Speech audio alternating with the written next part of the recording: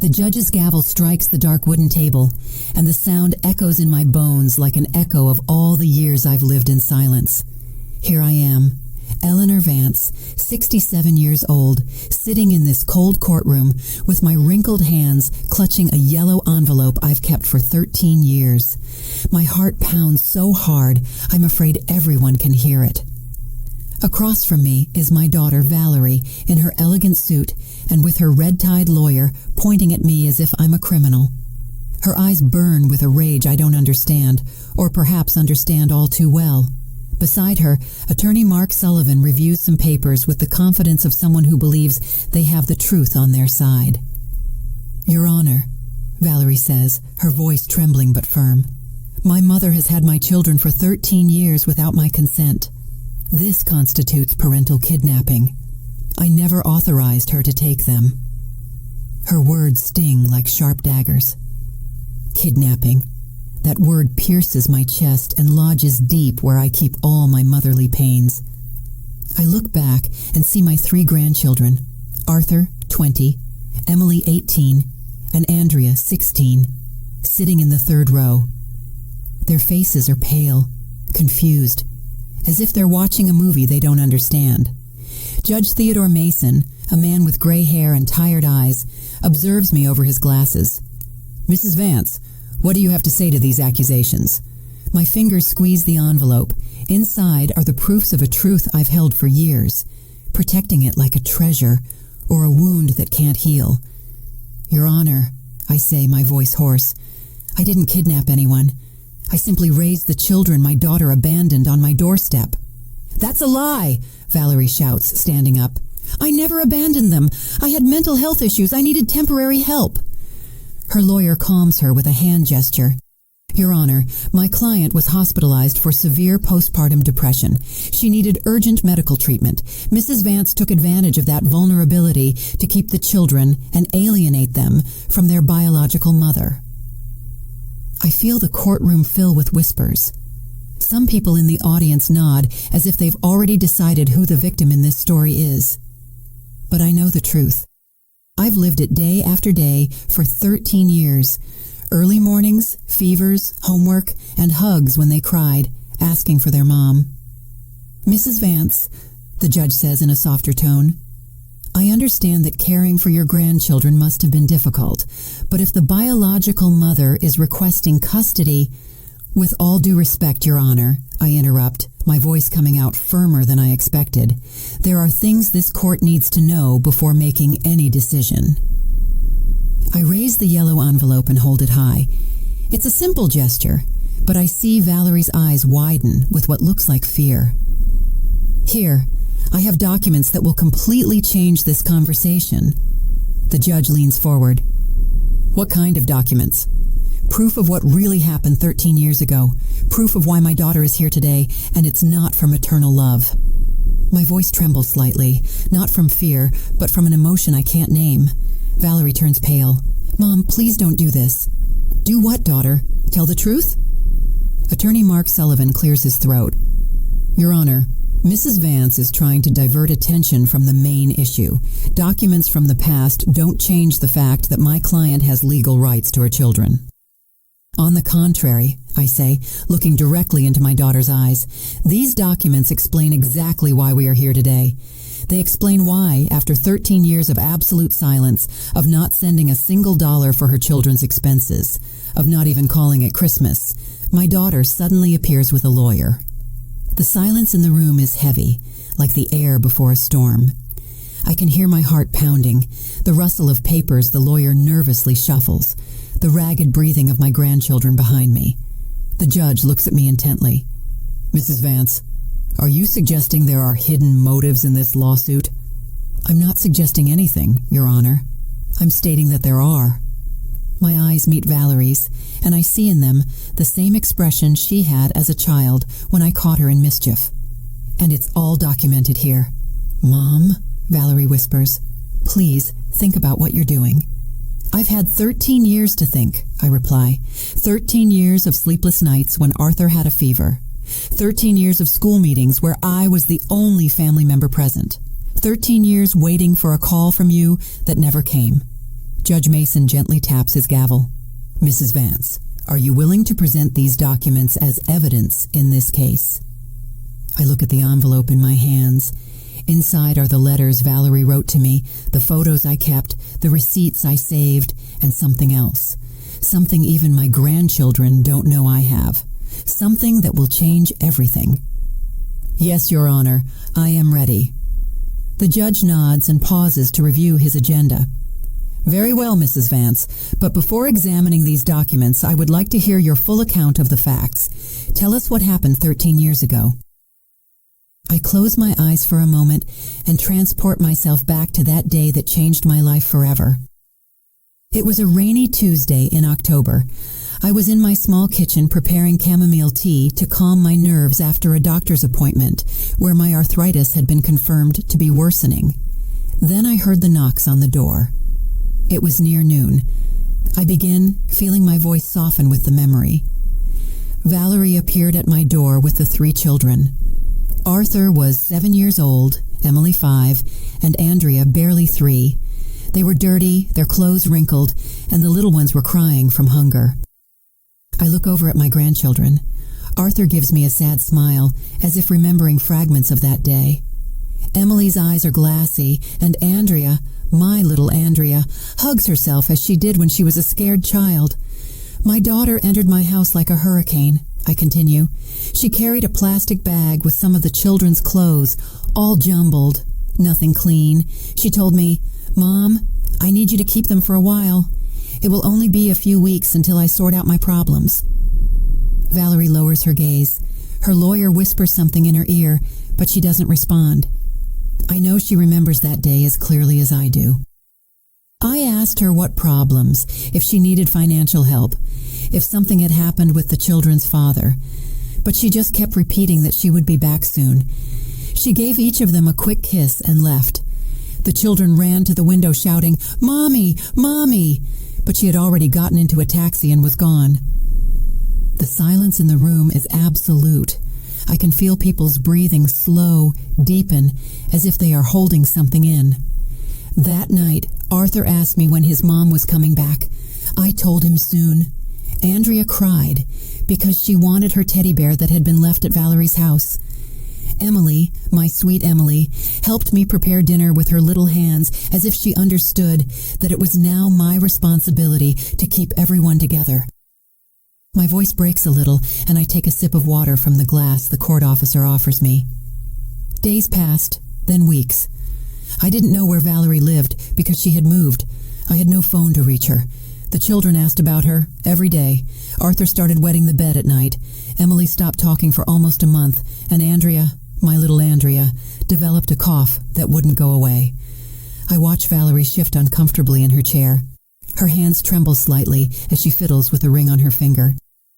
I decided to enroll them in the school near my house. I needed their documents, their birth certificates. I went to Valerie's old address, and the neighbors told me she had left the apartment without paying 3 months' rent. The landlady handed me a box of things my daughter had left behind, including some of the children's papers. Judge Mason takes some notes. "Did you try to report the situation to the authorities?" "Your Honor, I thought it was temporary. Valerie had had problems before, but she had never completely abandoned her children. I believed she would return. Besides, what was I going to say? That my daughter had left her children with me and wasn't coming back? At that moment, there was no crime. It was a mother who had left her children with their grandmother." I pause and look directly at Valerie. But months passed, then years. Arthur turned 8, and he asked if he could invite his mom to his party. I told him we would try to find her. Emily started 1st grade, and when the teacher asked about her parents, she pointed to me and said, "This is my mom, Eleanor." Tears threaten to fall, but I hold them back. It's not time to cry, it's time to remember. Expenses multiplied. My pension barely covered me alone, and suddenly I had to feed, clothe, and educate 3 children. I sold some jewelry I had saved. I took a job cleaning houses on weekends. A neighbor, Mrs. Alma Jensen, helped me by watching the little ones when I went to work. The judge looks up, hearing the name Jensen. "Any relation to me?" "She's my sister, Your Honor," I reply. and she can testify about everything we went through those first few years." Valerie and her lawyer exchange worried glances. They hadn't expected this. "When Andrea turned 5, we had a crisis. She got pneumonia, and we had to hospitalize her. The doctors asked for health insurance, parental authorization, documents I didn't have. That's when I decided to go through the legal process to obtain temporary guardianship of the children." My voice grows firmer. "I hired a lawyer with the few savings I had left. It cost me $800 I didn't have, but it was necessary. The lawyer tried to locate Valerie to notify her about the guardianship process. We published notices in the newspaper as required by law. No one responded." "Did you obtain legal guardianship?" the judge asks. "Yes, Your Honor. 10 years ago, this very court granted me legal guardianship of my 3 grandchildren. I have all the documents. For 3 years, the law required us to continue searching for the biological mother. She never appeared, never called, never sent a single dollar." Valerie stands up abruptly. "I was sick. I had depression. I couldn't take care of them in that state." "Please sit down," the judge orders firmly. Then he looks at me. "Continue, Mrs. Vance." "The children grew up with me. Arthur graduated from high school with honors. Emily won poetry contests. Andrea learned to play guitar and formed a band at school. They went to therapy when they needed it. I took them to the doctor for vaccinations, to all their school events. I celebrated every birthday, every achievement, every important moment of their lives." I look at my grandchildren and see Arthur nod with tears in his eyes. "I never lied to them about their mother. I always told them she loved them, but couldn't take care of them at that time. I showed them pictures of her when they were babies. I saved every drawing they made for her, hoping she would return." "And they never had contact with her during all these years?" the judge asks. "Not once, Your Honor, until 2 months ago, when she appeared at my door with her lawyer and a custody demand." The judge leans forward. 2 months? And what changed after 13 years of total absence?" I smile slightly, because here comes the part Valerie doesn't want known. I raise the yellow envelope. "That answer, Your Honor, is in these documents." Judge Theodore Mason extends his hand toward me. "Mrs. Vance, please approach and present the documents you mentioned." I stand up slowly, feeling my knees protest with arthritis, but my determination is stronger than any physical pain. I walk toward the stand with the yellow envelope clutched to my chest. I can hear Valerie's nervous heels clicking against the wooden floor. "Your Honor," Attorney Mark Sullivan says, standing up, "I request that any document presented be examined by the defense before being admitted as evidence." "Of course," the judge replies. "Mrs. Vance, hand the documents to the clerk to be reviewed by both parties." I open the envelope carefully, as if it were a treasure chest I'd protected for years. My fingers tremble slightly, not from fear, but from the emotion that the truth is finally coming to light. Inside are photographs, handwritten letters, receipts, and some folded papers that form the heart of this story. "Let's start with this," I say, pulling out a packet of photographs tied with a red ribbon. "These are photos I took the day Valerie left the children with me." The clerk takes the photographs and passes them to the judge, who examines them one by one. His expression gradually changes, becoming more serious. "Describe what we see in these images, Mrs. Vance." The first photo shows Arthur in dirty, torn clothes. You can see his shoes have holes in the soles. The second is of Emily, who had dried food marks on her face and tangled hair. The third is of Andrea, my little Andrea, who was wearing a diaper that clearly hadn't been changed in hours. Valerie covers her face with her hands. Her lawyer whispers something to her, but she shakes her head repeatedly. "Your Honor," I continue, "I took these photos because I wanted to document the condition in which the children arrived at my home, not with the intention of using them against her, but because a nurse neighbor advised me that it was important to keep a record of everything." The judge passes the photos to Valerie's lawyer, who quickly reviews them and shows them to his client. I see my daughter close her eyes tightly, as if trying to erase those memories. "Now," I say, pulling out a second group of documents, "these are the letters Valerie wrote to me during the first 6 months after leaving the children." The judge takes the letters and immediately notices the handwritten script. "These are written in your daughter's own hand?" "Yes, Your Honor. I'd recognize her handwriting anywhere." I look at Valerie. "Tell the judge what those letters said, daughter." Valerie remains silent, but her lawyer takes the letters and begins to read them. His expression changes dramatically as he reads. "Your Honor," I say with a clear voice, "in the first letter, dated 3 weeks after she left the children, Valerie wrote to me that she had met a man named Javier Dawson and that she was moving with him to another city. She asked me to take care of the children a little longer because her new partner didn't want immediate family responsibilities." The silence in the room is so profound that you could hear a pin drop. All eyes are fixed on Valerie, who has begun to cry silently.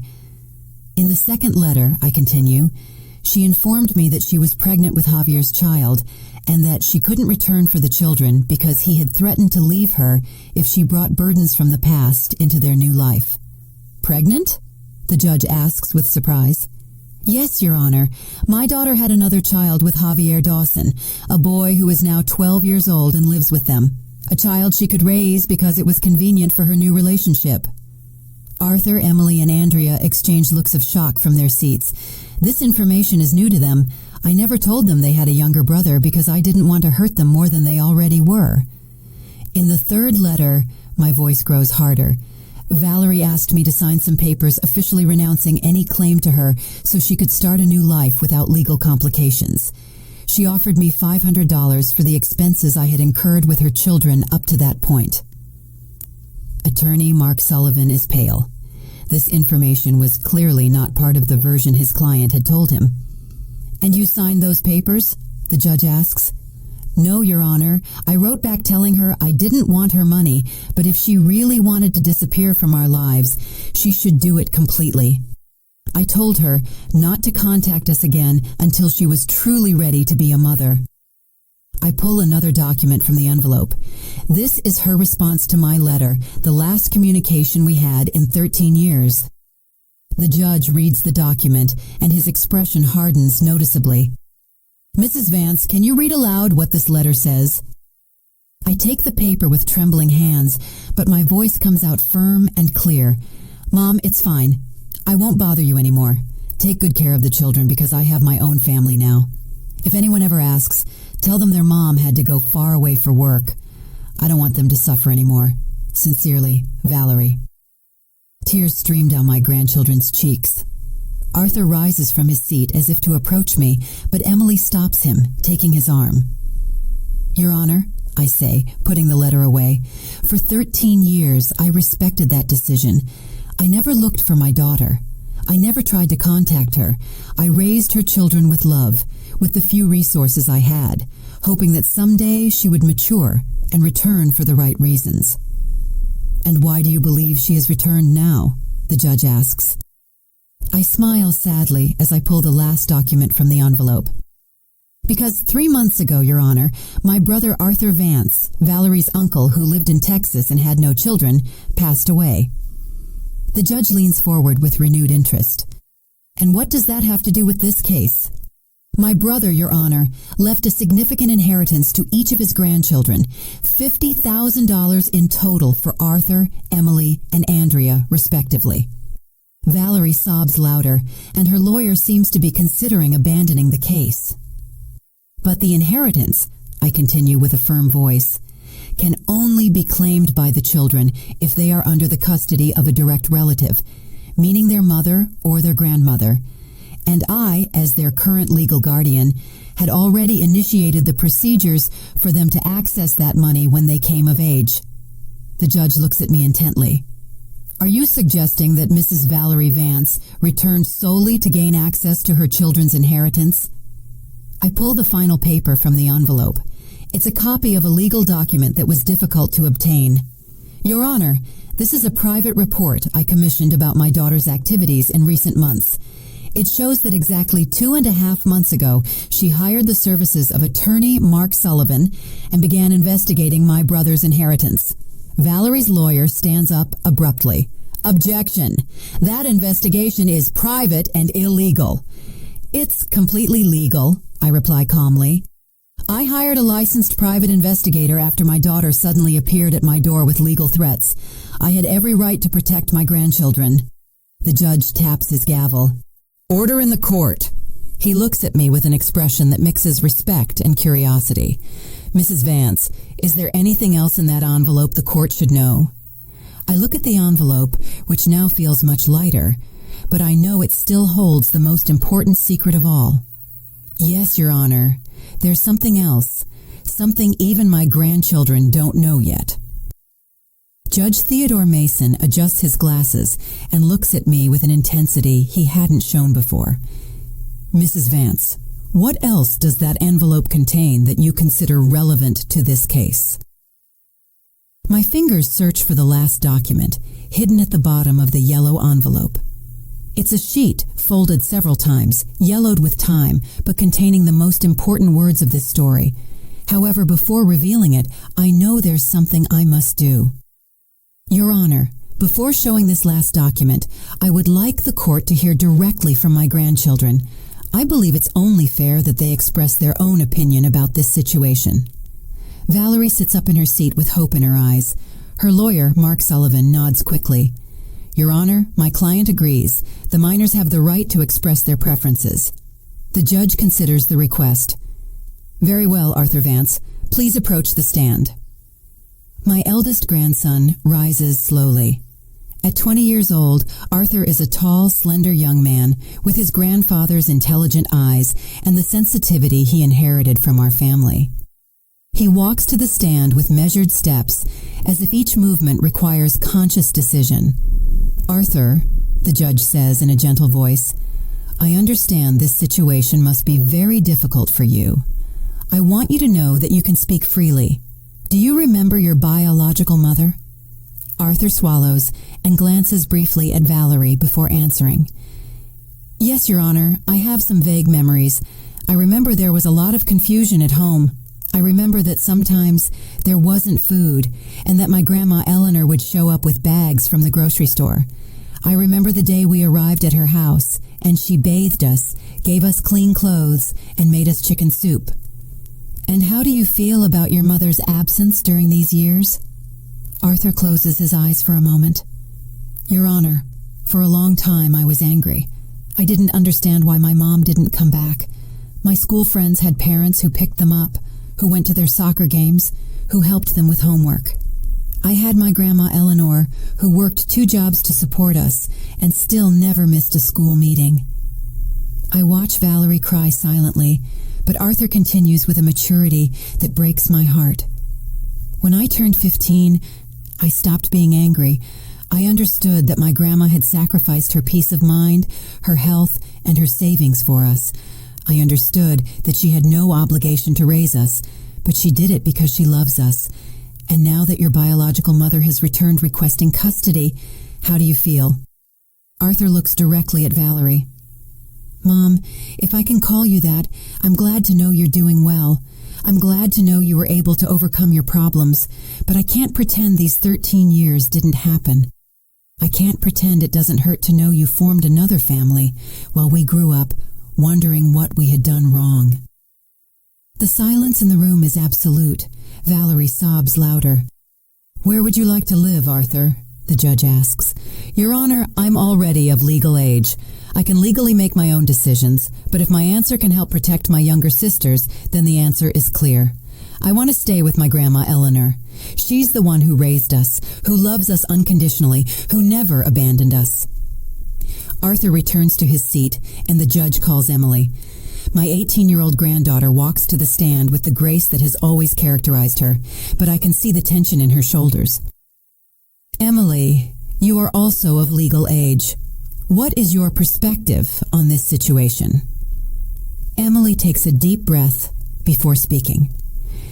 Your Honor, I have some clearer memories than Arthur, because I was a little older when we came to live with my grandma. I remember my biological mom cried a lot. I remember that sometimes she would stay in bed all day, and we had to take care of ourselves. Valerie shouts from her seat. I was sick. I had postpartum depression. The judge silences her with a stern look. Please allow the young lady to finish. Emily continues, I understand you were sick, Mom, but I also remember the day we arrived at Grandma Eleanor's house. For the first time in a long time, someone asked us if we had eaten. Someone read us stories before bed. Someone told us everything would be okay. Tears run down my cheeks as I listen to my granddaughter's words.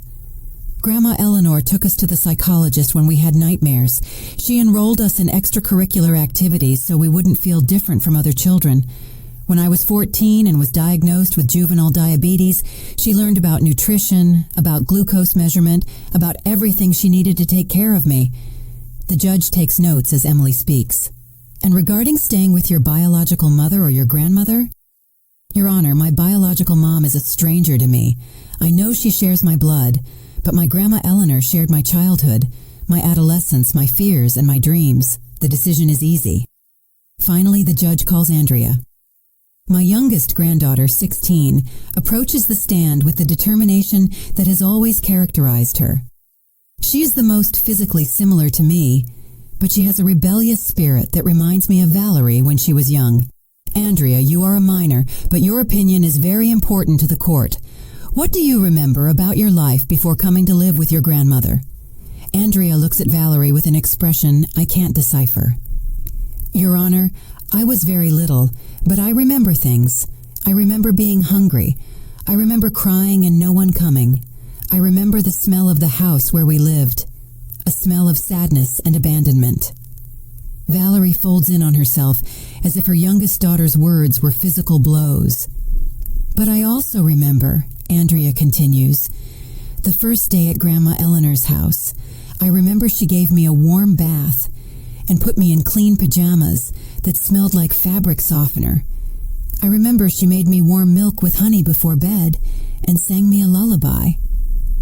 Would you like to get to know your biological mother better? The judge asks. Andrea thinks for a moment. Your Honor, I'm not going to lie. I'm curious to meet the woman who gave me life, but I'm also scared. Scared that she'll leave again. Scared that her promises are like the ones she made 13 years ago. And where do you feel safest? With my Grandma Eleanor, Your Honor. She has never failed me, never lied to me. When I asked her why my mom had left, she didn't invent pretty stories. She told me the truth, that sometimes adults make difficult decisions, and that she loved me enough to stay. Andrea returns to her seat, and the judge addresses me again. Mrs. Vance, your grandchildren have been very clear in their preferences. Is there anything else the court should know before making a decision? I look at the yellow envelope in my hands, and then I look at my 3 grandchildren. They have been brave in speaking their truth. Now it's my turn to be brave with mine. Yes, Your Honor, there's something else, something that will completely change the perspective of this case. I pull the last document from the envelope. It's a sheet I've folded and unfolded so many times that the crease lines are permanent. This is a document I found 2 years ago among the things Valerie abandoned in her apartment, a document she herself wrote and signed. Valerie turns pale as a ghost. Her lawyer leans toward her, but my daughter shakes her head repeatedly. What kind of document, Mrs. Vance? A voluntary renunciation of parental rights, Your Honor, written in my daughter's own hand, signed and dated 3 days after she left the children with me. Judge Theodore Mason stands up abruptly, his expression transforming from professional curiosity to absolute shock. A voluntary renunciation of parental rights? Mrs. Vance, are you sure about what you're saying? Completely sure, Your Honor. I extend the document towards the court clerk. This paper was among the things Valerie abandoned in her apartment. The landlady gave it to me along with photographs and other personal documents my daughter left behind. Valerie stumbles in her seat as if she's about to faint. Her lawyer, Mark Sullivan, takes the document with trembling hands, and his face loses all color as he reads it. This can't be real, he murmurs. Read it aloud, please, the judge orders. The lawyer clears his throat and begins to read in a choked voice. I, Valerie Vance, 26 years of age, hereby voluntarily relinquish all my rights as mother of Arthur Vance, 7 years old, Emily Vance, 5 years old, and Andrea Vance, 3 years old. I acknowledge that I do not have the emotional, economic, or psychological capacity to raise them adequately. The silence in the room is so profound that you can hear the agitated breathing of everyone present. My grandchildren look at each other with expressions of confusion and pain. "Continue," the judge says in a grave voice. "I fully authorize my mother, Eleanor Vance, to make all legal, medical, and educational decisions related to my children. I waive any right to visit them, contact them, or claim them in the future. This decision is definitive and irrevocable. Signed, Valerie Vance. Dated October 15th, 2011. Valerie breaks into hysterical sobs. "I was crazy. I didn't know what I was writing. I was mentally ill." The judge raps his gavel repeatedly. "Order. Mrs. Vance, do you have witnesses that this document was written voluntarily by your daughter?" "Yes, Your Honor."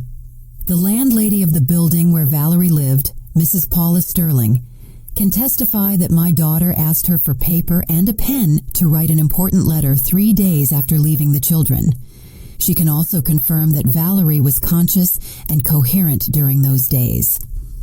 Attorney Mark Sullivan whispers urgently to his client, but Valerie continues to sob uncontrollably. "Furthermore," I continue, "there's something else the court should know, something I discovered only 2 weeks ago that explains why my daughter returned exactly now." All eyes are fixed on me. I can feel the tension in the room intensify. "Your Honor, I hired the private investigator not only to learn about my daughter's recent movements, but also to fully understand her current situation. What we discovered is revealing." I pull a small folder from my purse. "Valerie and her partner, Javier Dawson, are facing a severe financial crisis. 6 months ago, Javier lost his job. 4 months ago, they received an eviction notice from their home. 3 months ago, exactly when they learned about my brother's inheritance, they began procedures to obtain custody of my grandchildren." Valerie lifts her head, her eyes red from crying. "Mom, please, let me finish, daughter." My voice is firm but not cruel. "The investigator also discovered that you and Javier have been living on loans and credit cards. You owe more than $30,000 in accumulated debt." The judge reviews the documents I've provided. "And you believe that your grandchildren's inheritance is the solution they're seeking for their financial problems?" "I don't believe it, Your Honor. I know it." I look directly at Valerie. "Because a week ago, my daughter called me on the phone for the first time in 13 years. The surprise in the room is palpable. Even my grandchildren look at me in astonishment because I hadn't told them about this call. "And what did she say in that call?" the judge asks. "She told me she had matured, that she had overcome her problems, and that she wanted to get her children back. When I asked her why after so long, she said she had been saving money to offer them a better life." I paused dramatically. Then I asked her about my brother's inheritance. There was a long silence, and then she said, "Mom, that money belongs to my children. I just want to make sure they receive it when the time is right." "And what did you reply?" I told her that her children already had access to that inheritance through me, their legal guardian, that the money was safe in a trust fund until each of them turned 21. It was then that her tone changed completely. Valerie covers her face with her hands, knowing what's coming. She told me that as their biological mother, she had more right to manage that inheritance than I did. She told me she had consulted with a lawyer and could legally fight for custody. She threatened me, Your Honor. The judge leans forward. "How did she threaten you?" "She told me that if I didn't voluntarily transfer custody and control of the inheritance, she would accuse me of kidnapping. She told me she had witnesses who could testify that I had intentionally alienated the children from her. She told me that a judge would always favor a biological mother over a grandmother." Arthur suddenly stands up from his seat. "Grandma, why didn't you tell us she threatened you?" "Because I didn't want you to worry more than necessary," I reply softly, "and because I knew the truth would come out at the right time." The judge raps his gavel. "Young man, please take your seat." Then he looks at me. "Mrs. Vance, do you have that phone conversation recorded?" "No, Your Honor, but I have something better."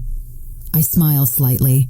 After that call, my daughter sent me several text messages where she repeated her threats, messages that are saved on my phone and that I have printed for the court. I pull out the message printouts and hand them to the clerk. The judge reads them in silence, his expression growing more severe with each message. "Can you read some of these messages to the court?" the judge asks. I take the printouts and read in a clear voice. Message from July 18th. "Mom, think it over carefully. I'm the biological mother, and any judge will side with me. Don't make this more difficult than it needs to be." I continue. Message from July 20th. "I've been talking to my lawyer. He says what you did could be considered parental kidnapping. You could go to jail." And the last message, my voice grows firmer. From July 22nd. "Mom, if you give me custody voluntarily, we can reach an agreement on the inheritance. 50-50. You keep half for having taken care of them. I keep half because I'm their mother. But if you force me to go to trial, I get everything." The judge places the documents on his desk and looks directly at Valerie. "Mrs. Vance, do you confirm that you sent these messages?" Valerie sobs, unable to articulate a word. Her lawyer looks completely defeated. "Your Honor," I say softly, "I want to make it clear that I'm not seeking revenge against my daughter. I understand that she went through difficult times when she was young. I understand that early motherhood and mental health problems can lead to desperate decisions." I look at Valerie with sadness, but also with determination. But what I cannot accept is that after 13 years of total absence, after having formally relinquished her rights as a mother, after having formed a new family, and completely forgotten about these children, she now returns only because money is involved. "What do you request from the court?" the judge asks. "That my permanent legal guardianship over my minor grandchildren be confirmed, that my daughter's custody demand be completely rejected, and that a restraining order be issued preventing Valerie from approaching the children unless they, when they are of legal age, voluntarily decide to have contact with her." Valerie shouts from her seat, "You can't take my children away from me forever." I turn to her with an expression that mixes pain and firmness. "Daughter, you yourself gave them up 13 years ago. I'm not taking anything from you. I'm just protecting what you abandoned." The judge declares a 30-minute recess to review all the documentation presented. The courtroom partially empties, but I remain seated in my place, holding my purse against my chest as if it were a protective shield. My grandchildren approach me, surrounding me with their arms in a silent embrace that speaks more than 1,000 words. "Grandma," Andrea whispers, "why did you never tell us she had given us up in writing?" "Because I wanted you to have the opportunity to form your own opinion about your mother when you were old enough to understand," I reply, stroking her hair. "I didn't want you to grow up with hatred in your hearts." Arthur squeezes my hand. "But you lied to us all these years when you told us maybe she would come back." "I didn't lie, my love. There was always the possibility that she would mature and return for the right reasons. I held on to that hope for a long time." I look to where Valerie is sitting with her lawyer, talking in desperate whispers. "But when she called me a week ago, I knew immediately that she hadn't returned for you. She had returned for the money." Emily sits next to me. "What's going to happen now, Grandma?" "I don't know, my child, but I know we've told the truth, and that's all we can do." During the recess, I watch Valerie slowly approach us. Her lawyer tries to stop her, but she ignores him. She walks with hesitant steps, as if each foot was a mountain to climb. "Mom," she says with a broken voice, "can we talk privately?" She begins, and her voice trembles like when she was a child and had done something wrong. "I know I made terrible mistakes, but I've changed. I've really changed." "Have you changed, Valerie, or do you just need money?" My question is direct, but not cruel. After so many years, I've earned the right to brutal honesty. She lowers her gaze. "Both are true. Yes, I need the money, but I've also missed my children all these years." "You've missed them?" My voice rises slightly. Valerie, you had 13 years to miss them. 13 years to call, to write, to send a postcard at Christmas. 13 years to ask how they were, if they needed anything, if they remembered you. I was scared, she whispers. I was scared they would hate me for abandoning them. Then why now? Why, after 13 years of fear, do you suddenly have the courage to fight for them in court? Valerie leans against the window, as if needing physical support to continue the conversation. Because Javier told me that if I didn't try to get my children and their inheritance back, he would leave me. He told me he couldn't stay with a woman who had given away $50,000. The brutal honesty of her confession catches me off guard. For a moment, I see the scared girl she once was, caught between impossible decisions. Then you haven't changed at all, I say with deep sadness. 13 years ago, you made a decision based on what a man demanded of you. Today you are here for the same reason. It's not that simple. Her voice rises, but she immediately looks around to make sure no one hears us. Mom, you don't understand the pressure I've lived under. Javier has supported me all these years. Without him, I have nothing. I don't have a job. I don't have my own home. I don't have savings. And what about your other child? The child you could raise because it was convenient for your relationship? Valerie stumbles as if I had slapped her. Paul is different. He was born within my marriage to Javier. He was part of our plans. Arthur, Emily, and Andrea were also your children. Valerie, they also deserved unconditional love. But I couldn't give them that, she explodes, tears streaming down her face. I was a kid when I had them. I didn't know how to be a mother. Every time Arthur cried, I cried too. Every time Emily had nightmares, I had panic attacks. I couldn't handle them. For the first time in this conversation, I feel a pang of compassion for my daughter. Then why didn't you ask me for help at that time? Why didn't you come to me and say, Mom, I can't do this alone?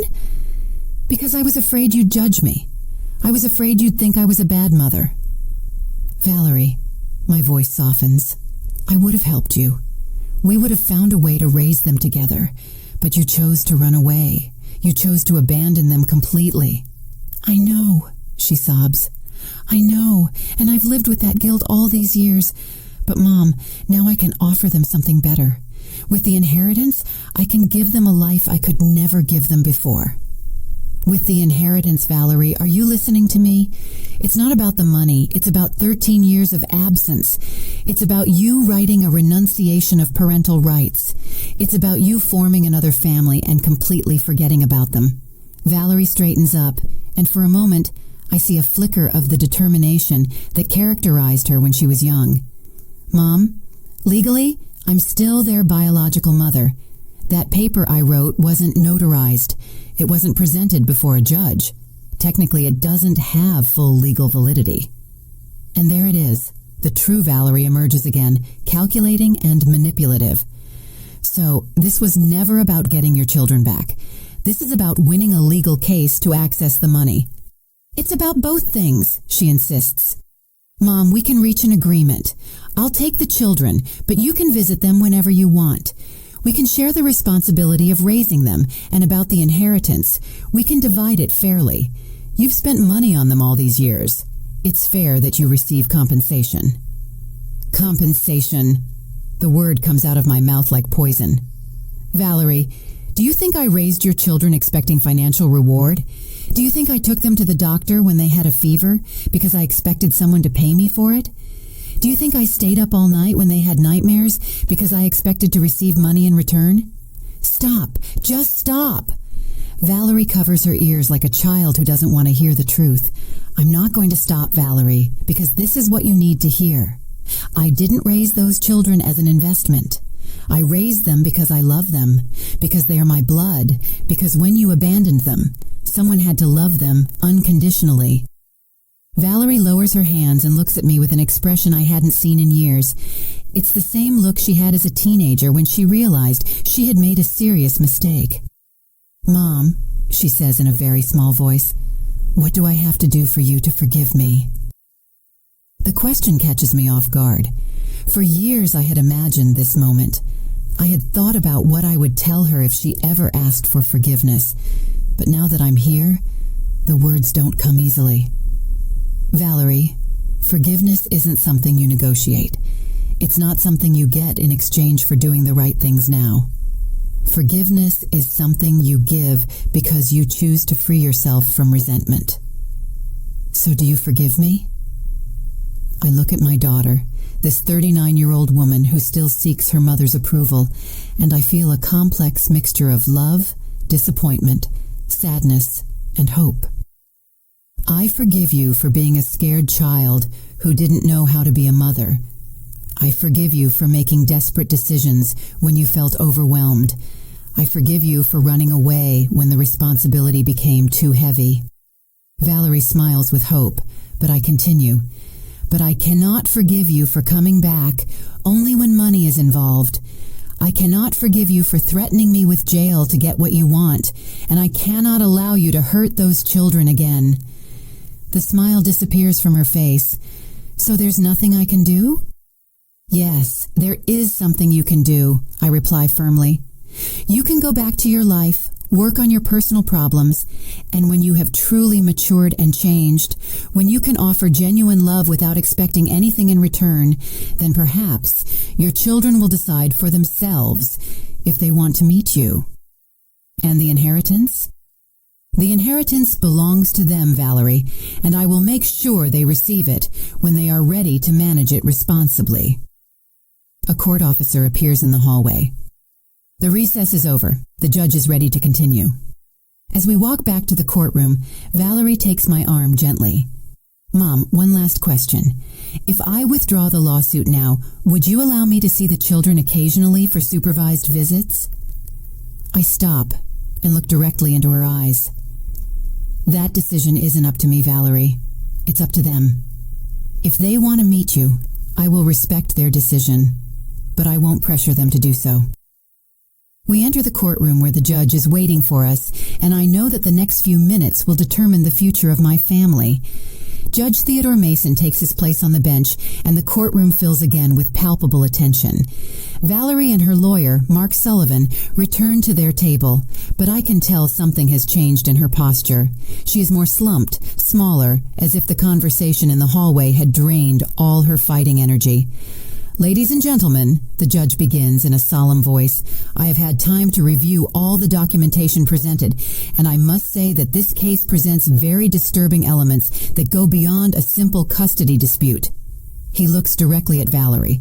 Mrs. Vance, after examining the renunciation of parental rights written in your own hand, the text messages where you threaten your mother, and the documented history of abandonment for 13 years, I have some very serious questions to ask you.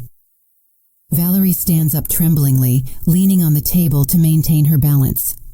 Do you confirm that you voluntarily wrote the renunciation of parental rights dated October 15, 2011? Your Honor, Attorney Mark Sullivan intervenes. My client was going through a severe mental health crisis at that time. She cannot be held responsible for decisions made under those circumstances. Attorney Sullivan, the judge replies in a severe tone, I have reviewed the medical reports you presented as evidence of your client's depression. The documents show that she was discharged from psychiatric treatment 2 months before writing that renunciation. According to medical records, her doctor certified that she was mentally stable and posed no danger to herself or others. Valerie stumbles, and her lawyer helps her sit down. Furthermore, the judge continues, I have checked public records and found that Mrs. Valerie Vance legally married Mr. Javier Dawson on December 20th, 2011, just 2 months after writing the renunciation of parental rights. Can you explain how someone mentally incapable of making decisions about their children could simultaneously make the legal decision to marry? The silence in the courtroom is absolute. I can hear my own heart pounding as I await my daughter's answer. Your Honor, Valerie says with a broken voice, I just wanted to start over. I thought it would be better for everyone. Better for everyone, or better for you? The judge's question is direct and sharp. Valerie breaks into tears and cannot answer. The judge continues, Mrs. Vance, I have also reviewed the school records of your son, Paul, born in 2012. The documents show that you have been a present and active mother in his education. You have attended parent meetings, school events, and maintained a stable home for him for 11 years. This demonstrates that you did have the capacity to be a mother, but you chose to exercise that capacity only with the child who was convenient for you. Every word from the judge falls like a hammer on the coffin of Valerie's hopes. I watch her collapse in her chair, completely defeated. But most concerning of all, the judge says, raising the printed text messages, are these explicit threats you made to your mother. Threatening with false accusations of kidnapping is not only morally reprehensible, but constitutes extortion, a serious felony. Attorney Mark Sullivan stands up desperately. Your Honor, I request a recess to consult with my client about the possibility of withdrawing the lawsuit. Attorney Sullivan, the judge replies firmly, in light of the evidence presented, especially the threats of extortion, I have a legal obligation to refer this case to the district attorney's office to evaluate whether criminal charges should be filed against your client. Valerie shouts from her seat, "No, please! I just wanted my children back!" Mrs. Vance, the judge says in a severe voice, you did not want your children back. You wanted to recover the inheritance money. The evidence is overwhelmingly clear on that. He turns to me. Mrs. Eleanor Vance, do you wish to file charges for extortion against your daughter? The question catches me off guard. For weeks I had imagined this moment, but I never thought I would have to decide whether to send my own daughter to jail. I look at Valerie, who watches me with pleading eyes. Then I look at my grandchildren, who await my answer with tense expressions. Finally, I look into my heart and find an answer that surprises even me. Your Honor, I do not wish to file criminal charges against my daughter. Valerie sighs with relief, but I continue. However, I do request a restraining order prohibiting her from contacting my grandchildren or me for a minimum period of 5 years, unless through a legal representative, and with the prior approval of this court. The judge nods. That seems like a reasonable request. Anything else, Mrs. Vance? Yes, Your Honor. I request that it be established in the public record that Mrs. Valerie Vance voluntarily relinquished all her parental rights over Arthur, Emily, and Andrea Vance on October 15th, 2011, and that any future attempt to claim custody or rights over these minors be considered frivolous and without legal merit. Granted, the judge says, making notes in his documents. Valerie stands up, swaying. Mom, please don't do this. Don't take my children away from me forever. I turn to her, and for the first time in this entire hearing, my voice comes out soft but unwavering.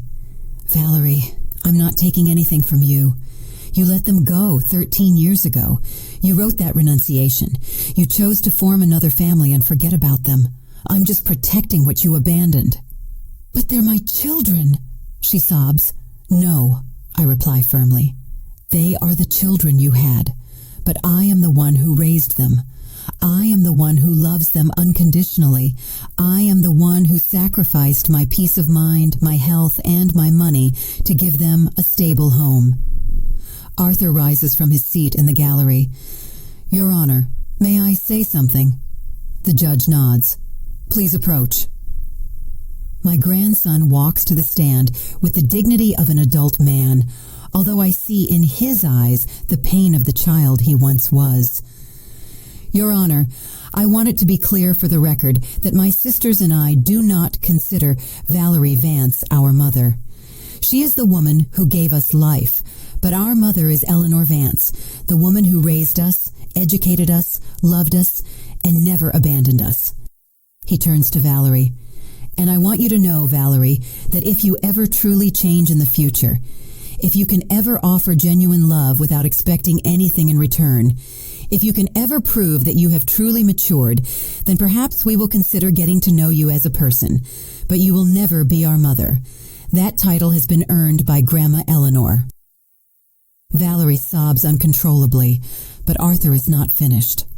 And about Uncle Arthur's inheritance, I want you to know that when we turn 21 and can freely dispose of that money, a portion will go to Grandma Eleanor because she deserves to be rewarded for all the sacrifices she made for us.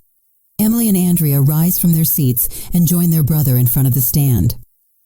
I also want to say something, Emily says with a clear voice. Valerie, I don't hate you, but I don't know you either. To me, you're a stranger who shared some of her DNA with me. My real family is here with my Grandma Eleanor and my siblings. Andrea, the youngest, looks Valerie directly in the eyes. And I want you to know that if you had come back for love, if you had come back because you really missed us, maybe we could have built something, but you came back for money, and that tells us everything we need to know about who you really are. The judge gently taps his gavel. By hereby, this court rules the following. The permanent legal guardianship of Mrs. Eleanor Vance over minors. Emily Vance and Andrea Vance is confirmed. A 5-year restraining order is established against Mrs. Valerie Vance. The custody demand filed by Mrs. Valerie Vance is declared null and void, and she is prohibited from filing similar lawsuits in the future without substantial new evidence of a change in circumstances. Valerie collapses completely, held up only by her lawyer. Mom, she whispers, will you ever be able to completely forgive me? I walk towards her slowly, feeling the weight of all these years on my shoulders. When I reach her side, I place my hand on her tear-streaked cheek. Valerie, I forgave you a long time ago, but forgiveness doesn't mean I can allow you to hurt these children again. They have suffered enough. What am I going to do now? She asks in a lost little girl's voice. You're going to go back home. You're going to take care of the child you have. You're going to work on yourself, on being a better person. And perhaps someday in the future, when you have truly changed, my grandchildren will decide for themselves if they want to meet you. And if Javier leaves me because I didn't get the money? I sigh deeply. Then perhaps it's time you learn to stand on your own 2 feet, daughter. Perhaps it's time you stop basing your decisions on what men expect from you. The judge stands, indicating that the hearing is over. This court is closed. As we leave the courtroom, I feel a strange mix of triumph and sadness. I won the legal battle, but I lost hope that my daughter had returned for the right reasons. But when my grandchildren surround me with their arms in the courthouse hallway, I know I made the right decisions. Sometimes love means protecting those you love, even if it hurts those you also love. 3 months after the trial, I'm sitting in my small kitchen, watching Andrea practice guitar for her school recital. The evening light streams through the window and illuminates her concentrated face, so much like mine when I was her age. Arthur is in college, studying engineering on a full scholarship we secured after much effort. Emily works part-time at a bookstore while finishing high school. Life has found its rhythm again, but differently, more peacefully. There's no longer that constant tension of wondering if someone will come to take the children. There are no more sleepless nights thinking about legal demands. The restraining order has given us the peace we needed. The doorbell rings and I go to open it. It's Mrs. Alma, my neighbor and the judge's sister, bringing a tray of freshly made tamales. Eleanor, look what I brought you, she says with her maternal smile. I know you've been working hard, and I thought these would do you good. Thanks, Alma. Come in. Let's have some coffee. As we prepare the coffee, Alma looks at me with that expression I know well. She has something to say, but doesn't know how to begin. Just say it, Alma. I've known you for 40 years. It's about Valerie, she says finally. My brother Theodore told me she's been asking for information on how to appeal the decision. I feel a knot in my stomach, but I take a deep breath. And what did they tell her? That she has no legal grounds to appeal, that the renunciation of parental rights she wrote is valid, especially considering her subsequent behavior. But Eleanor, there's something else. Javier left her last week. He took their son, Paul, and told her he couldn't stay with a woman who had lost $150,000 for being stupid. The news hits me like a slap. Despite everything Valerie did to me, she's still my daughter, and it hurts to know she's suffering. Where is she living now? In a small apartment near downtown. She's working cleaning offices at night. Theodore says she looks terrible, very thin, very sad. Andrea stops playing guitar and approaches us. Are you talking about my biological mom? Yes, my love, I reply honestly. It seems she's going through a difficult time. Andrea sits next to me. Do you feel bad for her, Grandma? The question takes me by surprise with its maturity. Yes, I feel bad. Despite everything that happened, she's still my daughter. I don't like knowing she's suffering. But that doesn't mean we did anything wrong by defending ourselves, right? I smile and caress her hair. No, my love. Sometimes in life we have to make difficult decisions. You can feel compassion for someone and at the same time protect yourself from them. Alma interrupts us gently. Eleanor, there's something else you should know. Valerie has been asking about the children. She hasn't violated the restraining order, but she's been asking neighbors how they are, if they're doing well in school, if they need anything. Do you think she's planning something? I ask with concern. I don't know, but Theodore wanted you to know, just in case. That night, after Andrea goes to sleep, I stay awake thinking about Valerie. I imagine her alone in that small apartment, without her partner, without her son, without a stable job.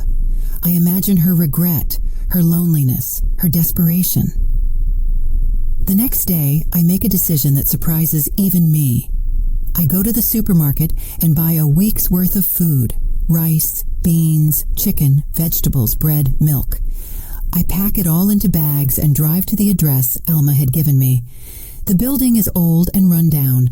I climb the stairs to the 3rd floor and knock on the door of apartment 3B. I hear slow footsteps and then Valerie's voice through the door. Who is it? It's me, Valerie, your mom. There's a long silence, then the sound of bolts opening. The door opens and I see my daughter. Alma was right. She looks terrible. She has lost a lot of weight. She has deep dark circles under her eyes and her clothes are clean but very worn. Mom, she whispers as if she can't believe I'm there. What? What are you doing here? I brought you some things, I say, lifting the bags. May I come in? She steps aside and I enter the apartment. It's small but clean.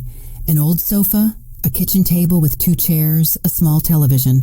On the table are stacked unpaid bills. Why? She asks as I put the bags in the kitchen. Because you're my daughter, I reply simply. Because despite everything that happened, I can't see you go hungry. Valerie collapses on the sofa and breaks into tears. Mom, I lost everything. Javier took Paul.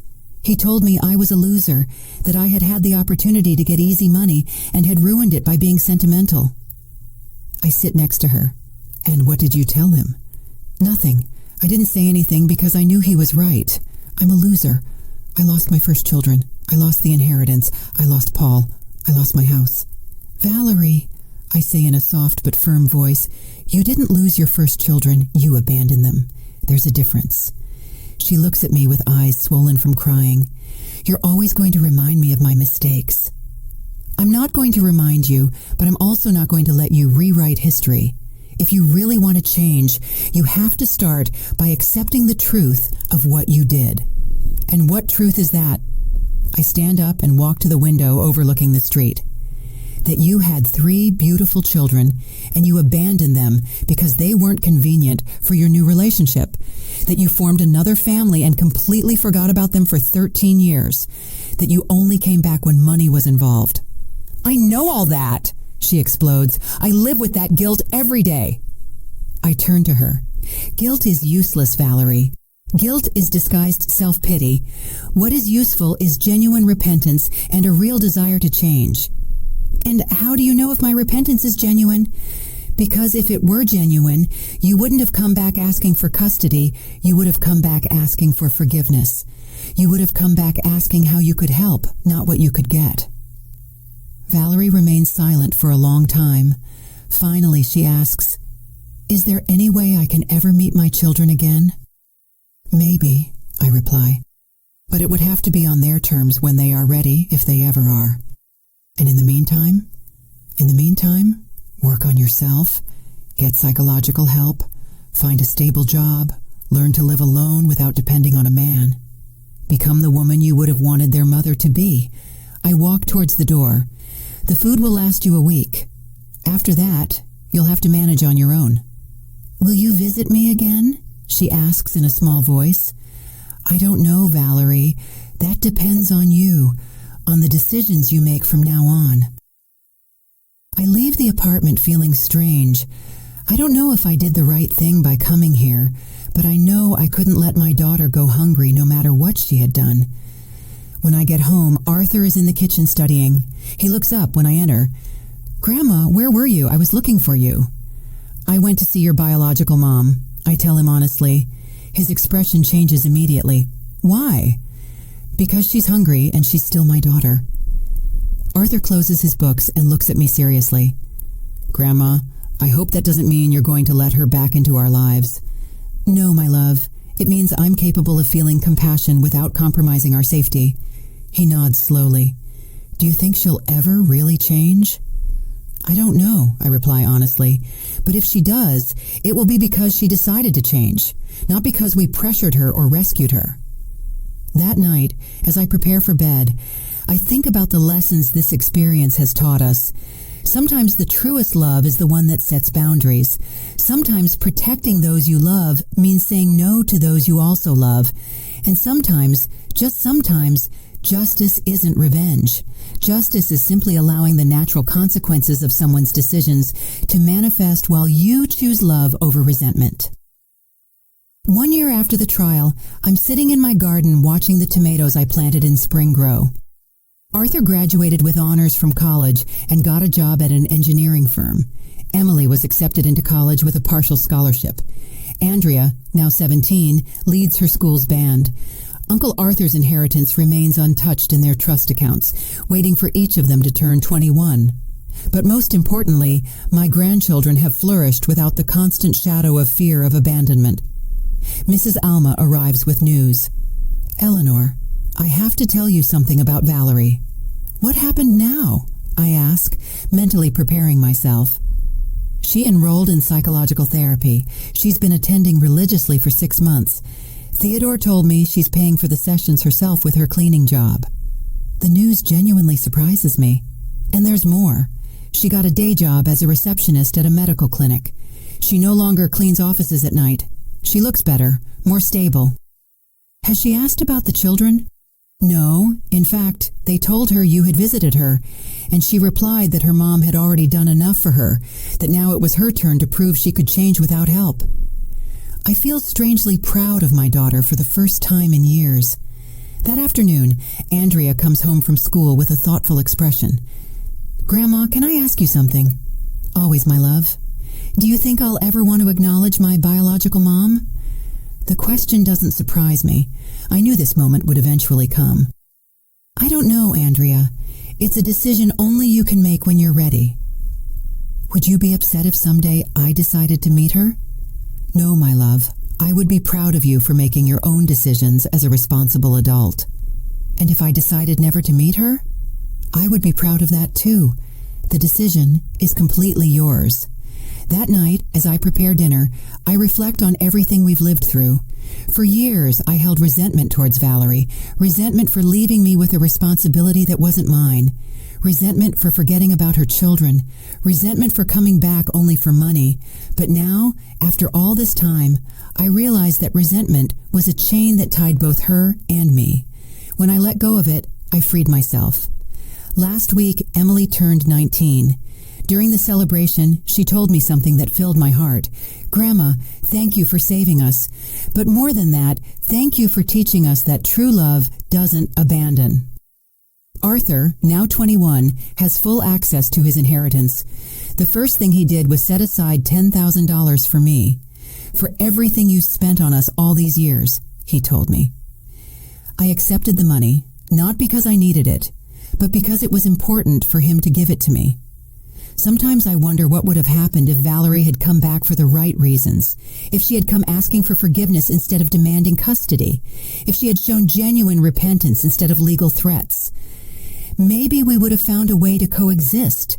Maybe we would have been able to build something resembling an extended family. maybe my grandchildren would have had the opportunity to meet their biological mother under healthy circumstances. But life isn't about maybes. It's about the decisions we make with the information we have at the moment we have it. I chose to protect 3 abandoned children. I chose to love them unconditionally when their own mother couldn't. I chose to sacrifice my peace of mind and my resources to give them stability. And when it came time to defend them, I chose to fight for them with all my strength. I regret none of those decisions.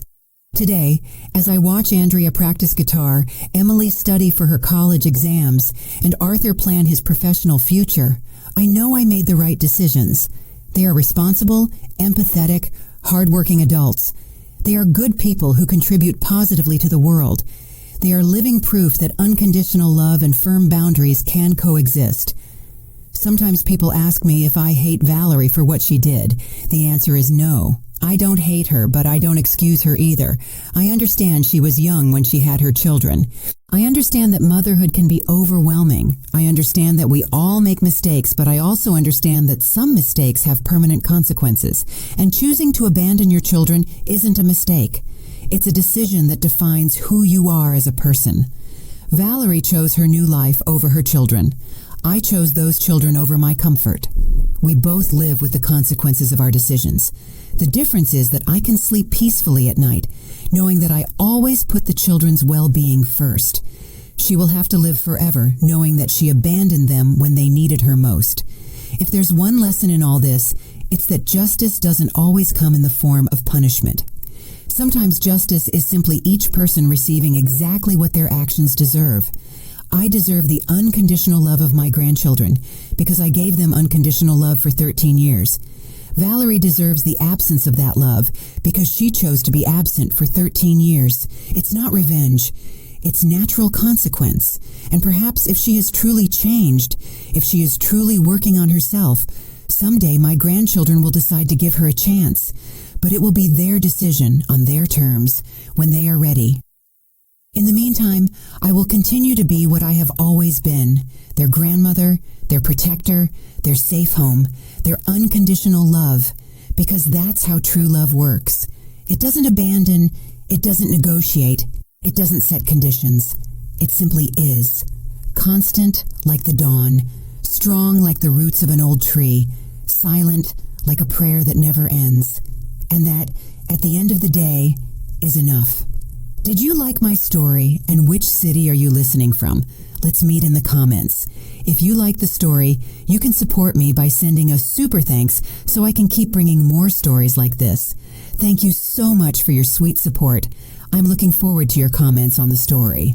On the screen, you can see 2 new life stories that I highly recommend. There's so much more on my channel. Don't forget to subscribe. See you in the next life story with love and respect.